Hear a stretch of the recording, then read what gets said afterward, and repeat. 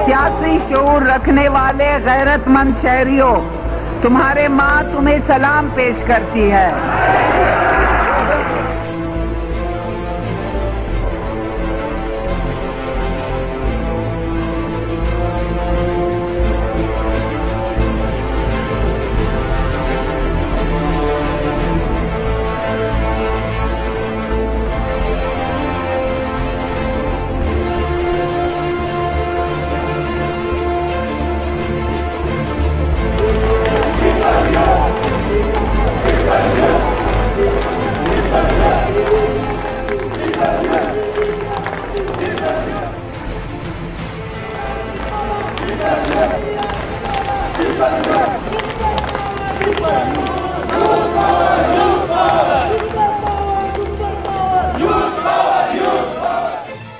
Peoples youth, peoples party, तमाम दोस्तों का मैं शुक्रिया अदा करता हूँ।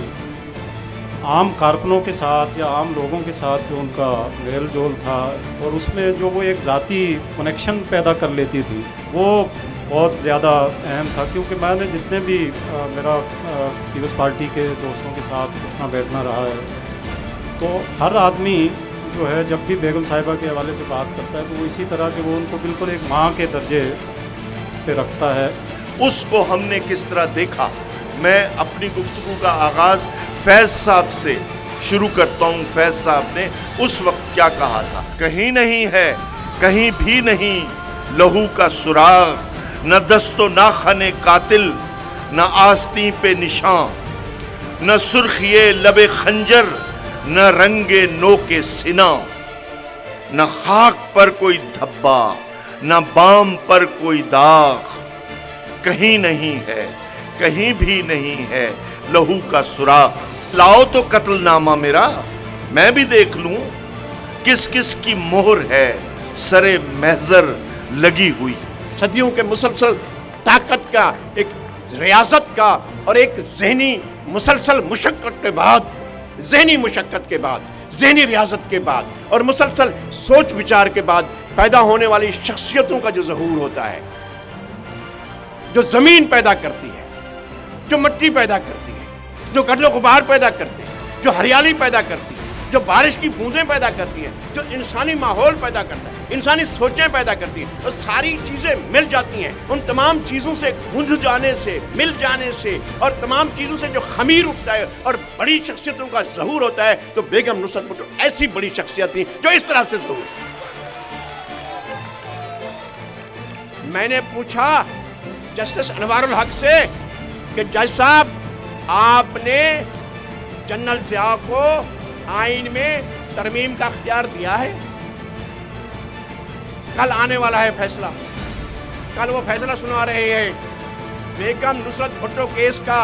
बेगम नुसरत भुट्टो ने आइनी जंग लड़ी थी, आइन के दिफा के लिए सबसे पहली कोशिश जो है वो बेगम नुसरत भुट्टो ने की थी, जिसमें चू एन लाई, माओ और लेनिन और इस तरह की इनकलाबी शख्सियात पर सैकड़ों कुतुब मौजूद थीं। और इस तरह इन किताबों का मुताला शुरू करते हुए बेगम नुसरत भुट्टो ने अपने आइडियल के साथ उनके आइडियल्स को भी समझना शुरू कर दिया, जिनको समझाने के लिए कभी भुट्टो साहब ने उनके उस्ताद का भी किरदार अदा किया।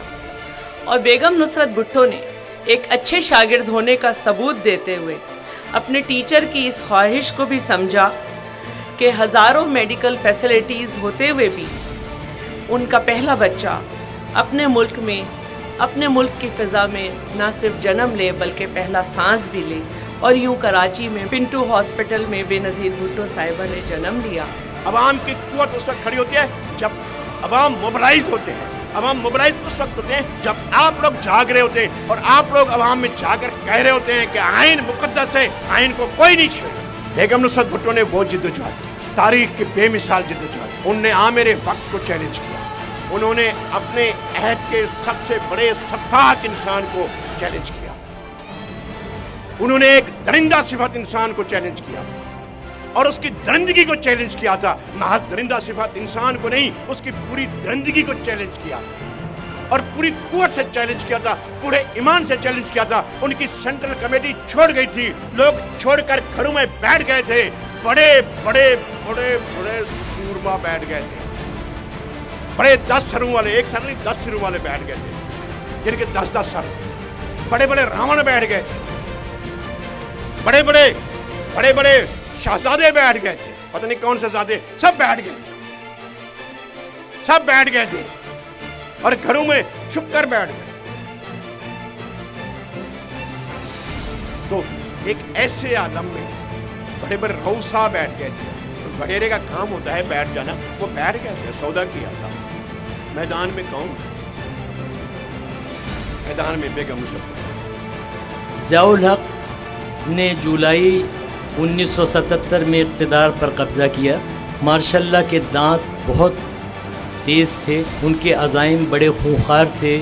تو انہوں نے سب سے پہلے بھٹو صاحب کو قید کیا. اس کے ساتھ پیپلز پارٹی کا اخبار مساوات کراچی وہ بند کیا، اور شیخ النہیان ٹرسٹ جو بھٹو فیملی کی ملکیت میں تھا اسے قبضے میں کر لیا. ایک کورسپونڈنٹ تھا، اس نے بیگم صاحبہ سے پہلا سوال یہ کیا کہ کیا ذوالفقار علی بھٹو کے ایسسینیشن کا آپ بدلہ لیں گی؟ بیگم صاحبہ نے ایک لمحے کی تاخیر سے اسے جواب دیا کہ یہ معاملہ تو میں نے اللہ تعالیٰ کے سپرد کر دیا ہے. اب اس بات کو میں ایک پارٹی کے کارکن کی حیثیت سے جب میں نے انالائز کیا، میں نے کہا بیگم صاحبی نے یہ کیا کیا؟ اس پہ تو ضیاء الحق کی آمریت اور اس کے تشدد کا ایکسپوجر ہو جاتا. لیکن جب 14 اگست 1988 معرض وجود میں آئی اور زمین نے طیارے کو اپنی آغوش میں لے کے لپیٹ لیا، وہ موت تھی جس سے سرکار دو عالم نے بھی پناہ مانگی. آگ کی موت. 30,000 لیٹر پیٹرول جو جہاز کے اندر تھا، اس نے جس میں ضیاء کو اس طرح جلایا کہ اس کی تلاش کے لیے اس کے وزن کے پتھر رکھ کے تابوت میں یہ کہا کہ یہ ضیاء الحق اور اوپر دانت رکھ دیا. تب مجھے اندازہ ہوا کہ کیا وزڈم تھی.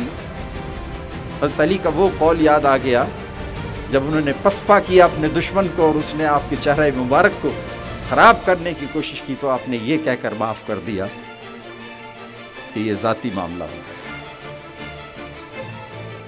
بیگم صاحبہ نے شاید اسی لیے معاف کیا تھا کہ وہ ان کے شوہر بھی تھے اور وہ اللہ کے سپرد کر کے دیکھنا چاہتی تھی. اور ساری دنیا نے دیکھا کہ ضیاء کا انجام کیا ہوا. میرا خیال ہے لغاری صاحب کو تشفی ہوگی اس بات سے. جس اسٹیچر کا وہ ظالم تھا، جس فرعونیت کا وہ نمائندہ تھا، جس نمرودیت کی وہ ریفلیکشن دیتا تھا، اللہ تعالیٰ نے انجام میں بد بھی دے کے اسے خاک کا پیمند بنایا کہ اس کی لاش، اس کا جسد خاکی بھی نہیں مل سکا. اور پتہ نہیں کیا تھوڑی سی مٹی اکٹھی کر کے، تھوڑی سے پتھر اکٹھے کر کے اس کے جسم کا جتنا ویٹ تھا وہ پورا کر کے تابوت سپرد کر دیا اس کے ورثہ کو کہ جاؤ دفن کرو. میں چاہوں گی کہ ہمارے درمیان اس وقت اسٹیج پر موجود ہیں رؤوف ناگوری صاحب، پیپلز یوتھ کراچی ڈویژن کے پریزیڈنٹ، کہ وہ آئیں اور اپنے طرف سے ووٹ آف تھینکس کہیں، اور میں ان کو مبارکباد دیتی ہوں اس سیمینار.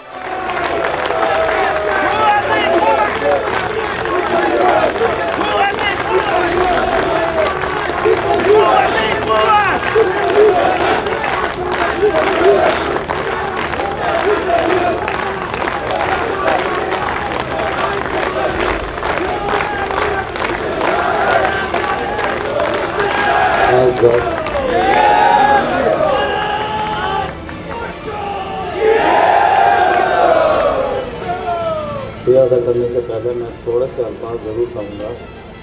میرا جو مقصد تھا یہ پروگرام کرانے کا کہ ہمارے جو نئے آنے والے لوگ، جو ساتھی پیپلز پارٹی میں، یہ یوتھ میں ایسے کئی لوگ ہیں جو بیگم صاحبہ کو صرف ایک ماں اور ایک بیوی کی حیثیت سے جانتے تھے. تو میرا کرانے کا مقصد بھی یہ تھا کہ ان کی جو مذہبت تھی، جو ان کی جدوجہد تھی ضیاء الحق کے دور میں چاہتا تھا کہ ان کی جدوجہد ایک جو کتنی بڑی وہ سیاسی لیڈر تھی، میں چاہتا تھا کہ وہ آپ لوگوں کو پتہ چلے आप लोगों का ख़ास तौर पर मैं फाजी जमीली साहब, हिफाजुर रहमान साहब, नज़ीर दुगारी साहब, एंडी खान साहब, असलम नदीम सैयद साहब और ख़ास तौर पर मेरी बहन शैला रज़ा साहबा जिन्होंने मेरी ये सब मदद की, और आप सब ख़वातीन भी, पीपल्स यूथ, पीपल्स पार्टी, तमाम दोस्तों का मैं शुक्रिया अदा करता हूँ। जुनैदी साहब मेरे सामने बैठे हैं, मंसूर हसन साहब, असलम शम्मो साहब और फरीद अंसारी साहब और शमा मिठानी साहबा, तमाम दोस्तों जिन्होंने इस प्रोग्राम में शिरकत की उनका शुक्रिया अदा करता हूँ। और मैं ये भी आपको बताना चाहता हूँ, कल ही एक थोड़ी सी एक बात करूँगा कि कल ही मेरे बहुत अच्छे दोस्त से मेरी मुलाकात हुई इस प्रोग्राम के सिलसिले में। तो उसने मुझसे कहा कि यार ये मिनिस्टरों को आप क्यों बुला रहे हो, आप इन मिनिस्टरों ने आपको दिया क्या है। तो मैंने उससे थोड़ी सी बात की कि यार ये बात तो आप भी जानते हो कि मैं किसी मिनिस्टर के पास नहीं जाता हूँ, क्योंकि मैं अल्लाह पे यकीन रखता हूँ। मुझे पता है कि अल्लाह ताला मुझे खुद ही दे देता है, अल्लाह ताला मेरे बच्चों को पाल रहा है, मैं नहीं जाता हूँ।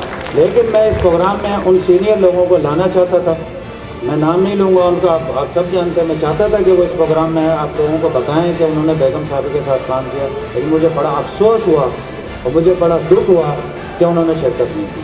अस्सलाम वालेकुम। Youth